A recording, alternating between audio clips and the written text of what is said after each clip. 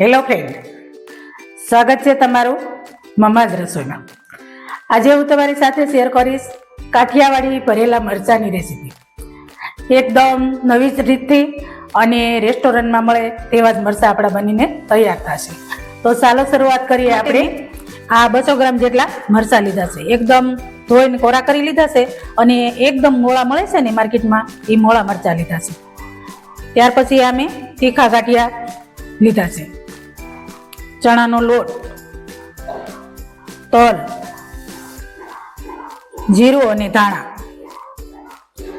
શેકેલી સિંગનો ભૂકો, લીલા ધાણા, વરિયાળી, અજમા, આમચૂર પાવડર, લીંબુનો રસ, ગરમ મસાલો, ખાંડ, મીઠું, તેલ અને રૂટિંગ મસાલા. સૌપ્રથમ આપણે એક જાડા તળિયાવાળી પેન લીધી છે અને એને ગરમ થવા મૂકી છે. તેમાં પહેલા સૌપ્રથમ તો તલ શેકી લઈશું.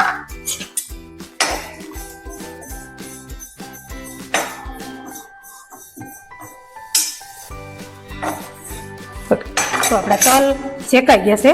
હવે એને આમ લઈ લઈશું. ત્યાર પછી આપણે જીરું અને આ ધાણા એ બેને શેકી લઈશું. ધાણાનો ટેસ્ટ ભરેલ મરચાંમાં બહુ સરસ લાગતો હોય છે. આપણે ધાણા જીરુંનો પણ ઉપયોગ કરશું તો આ શેકેલું જીરું પાવડરનો બહુ સરસ ટેસ્ટ આવે છે.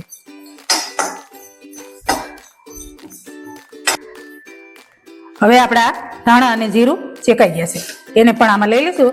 અને ત્યાર પછી આપણે મેં 3 ચમચી જેટલો ચણાનો લોટ લીધો છે, એને શેકી લઈશું. એમાં તેલ નાખીશું.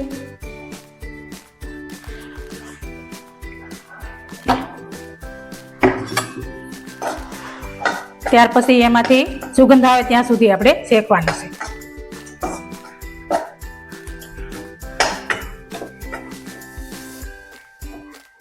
બરાબર રીતે એને શેકી લેવાનો છે. એકદમ ધીમા ગેસની ફ્લેમ ઉપર શેકી લઈશું. દાજી ન જાય એનું ધ્યાન રાખવાનું. તો આપણો આ ચણાનો લોટ શેકાઈ ગયો છે, એને ઠંડો થવા થાળીમાં લઈ લીધો છે. ત્યાર પછી હવે આપણે બીજા મસાલા મિક્સરમાં પીસી લઈશું. હવે આ મિક્સર જાર લીધી છે, તેમાં જે આપણે તીખા ગાંઠિયા લીધા હતા એ લઈશું. ત્યાર પછી જે આપણે ધાણા અને જીરું શેક્યા છે એ ઉમેરી દઈશું. ત્યાર પછી વરિયાળી ઉમેરી દઈશું. અને ત્યાર પછી મેં જે તલ લીધા છે એમાં અડધા તલ આપણે પીસવામાં નાખશું અને અડધા તલ આખા રાખીશું. આ રીતે હવે આપણે આ બધી વસ્તુને એક સાથે પીસી લઈશું મિક્સરમાં. તીખા ગાંઠિયા અને ધાણા, જીરું, વરિયાળી અને ખાંડ એ બધું પીસી લીધું છે, એ હવે આમાં નાખી દઈશું બાઉલમાં. અને ત્યાર પછી મેં આ દળેલી સિંગનો ભૂકો છે એ આમાં નાખી દઈશું. શેકી અને ફોતરા કાઢી અને સિંગનો ભૂકો કરી લીધો છે, એ 1 ચમચી ઉમેરશું. ત્યાર પછી 1 ચમચી અજમા ઉમેરશું. ત્યાર પછી આમચૂર પાવડર 1 ચમચી ઉમેરી દઈશું. ત્યાર પછી ગરમ મસાલો અડધી ચમચી જેટલો ગરમ મસાલો ઉમેરશું.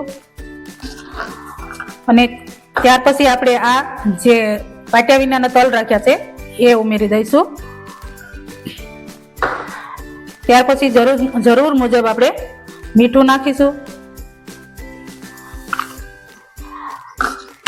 ને ત્યાર પછી હળદર ઉમેરશું અડધી ચમચી. આપણા મરચાં મોળા છે એટલે આપણે તેમાં થોડીક લાલ મરચું પાવડર ઉમેરશું. જો તમે તીખા મરચાં હોય તો તમે લાલ મરચું પાવડર સ્કીપ કરી શકો છો. હવે આપણે આ લીલા ધાણા નાખી દઈશું.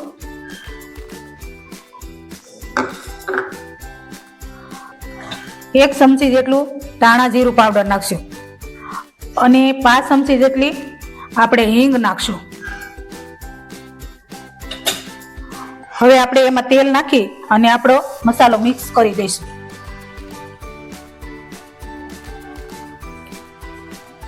બે ચમચી જેટલું તેલ નાખી દઈશું આમાં.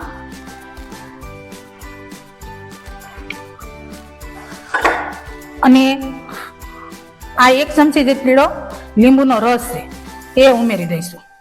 એટલે આપણો મસાલો ગળ્યો, તીખો અને ખાટો ચટપટો સરસ તૈયાર થશે. તો આ રીતે આપણે બધો મસાલો હાથથી મસળી અને મિક્સ કરી દીધો છે. હવે એને થોડી વાર આપણે સાઈડમાં મૂકી અને ઠંડો થવા દઈશું. ત્યાં આપણે આ મરચાંને લઈને તેને કટ કરી દઈશું. આ રીતે આપણા મરચાંને આપણે કટ આપી દઈશું અને જોઈએ. જો આ મરચાં આપણા એકદમ મોળા છે એટલે આમાં બી કાઢવાની કોઈ જરૂર નથી. તમને એવું લાગે તો આ મોટી નસ છે એ નસ તમે કાઢી શકો છો, કારણ કે જો બી કે એવું બધું કાઢશો ને તો આ મરચાં એકદમ ફીકા લાગશે. એટલે આપણે આ રીતે બધાને કટ આપી દઈશું. અંદરથી મોળા છે એકદમ, એટલે આપણે બી કાઢવાની જરૂર રહેતી નથી. તો આપણે બધા મરચાંને આ રીતે કટ આપી દીધા છે. મરચાંને હંમેશા આ રીતે ઉપરના ભાગમાંથી કટ આપવાનો. એટલે જો આવી રીતે કટ આપ્યા છે અને એકદમ મોળા છે. હવે આપણે એમાં આપણે તૈયાર કરેલો મસાલો બધો ભરી દઈશું.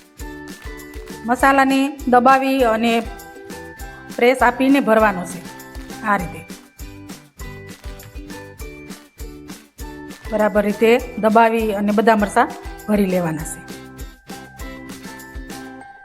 જો આવી રીતે પછી આવી રીતે એને દબાવી અને હાઈ ક્લાસ રીતે તૈયાર કરી દેવાની. એવી જ રીતે બધા મરચાં આપણે ભરી લઈશું. તો આ બધા મરચાં આપણે આવી રીતે બધા મરચાં ભરીને તૈયાર કર્યા છે અને આપણો આટલો મસાલો વધ્યો છે. આ આપણે જ્યારે સળશે ત્યારે ઉપરથી થોડો ભભરાવા રાખીશું. હવે આપણે તેને તેલમાં ઉમેરી દઈશું. તો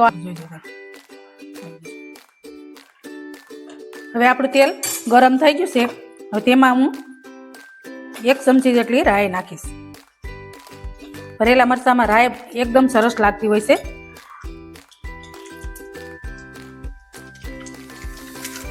બસ આપણી રાઈ તતડી જાય ત્યાર પછી આપણે ચપટી એવી હિંગ નાખી દઈશું. હિંગ નાખ્યા બાદ પછી બધા મરચાં આવી રીતે આપણે મૂકી દઈશું.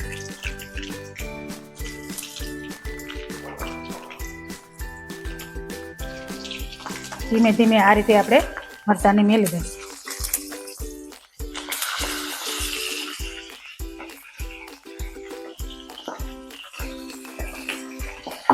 થોડી વાર આપણે એને ઢાંકી દઈશું. તો જો આપણા બધા મરચાં આવી રીતે બધા એકદમ સરસ રીતે કૂક થઈ ગયા છે અને એની સરસ ડિઝાઇન પડી ગઈ છે. હવે આપણે જે આ મસાલો વધ્યો છે ને એમાંથી થોડો મસાલો ઉપરથી ઉમેરી દઈશું. આ ઉપરથી મસાલો નાખવાથી આપણા મરચાંનો દેખાવ પણ સરસ આવતો હોય છે અને મરચાં સ્વાદમાં મીઠા પણ એટલા લાગતા હોય છે. અને આ ભરેલા મરચાં તમે ખાશો ને તો તમારે શાકની તો જરૂર નહીં પડે, એવા સરસ સ્વાદમાં થતા હોય છે. હવે આપણા બધા મરચાં ભરેલા મરચાં બનીને રેડી છે. હવે આપણે સર્વિંગ ડીશમાં લઈ લઈશું. હવે આપણે તેને સર્વ કરી લઈશું. તો આ રીતે એકુક એકુક લઈ લઈશું. એકદમ ટેસ્ટી બન્યા છે આપણા મરચાં.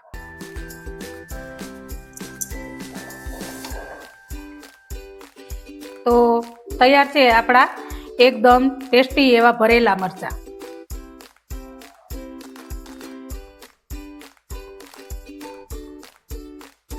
છે આપણા કાઠિયાવાડી ભરેલા મરચાં. તમને આ રેસીપી કેવી લાગી તે મને કમેન્ટમાં જરૂરથી લખીને જણાવજો. અને વિડીયો સારો લાગ્યો હોય તો લાઈક કરજો, ફ્રેન્ડ ફેમિલીમાં શેર કરજો અને સબસ્ક્રાઈબ કરજો. અને આવા જ નવા નવા વિડીયો જોવા માટે બેલ આઇકન બટન દબાવી દેજો, જેથી કરીને મારી નવી રેસીપીના વિડીયો તમને જલ્દી મળતા રહે. હવે ફરી મળશું નવી રેસીપી સાથે. Thank you.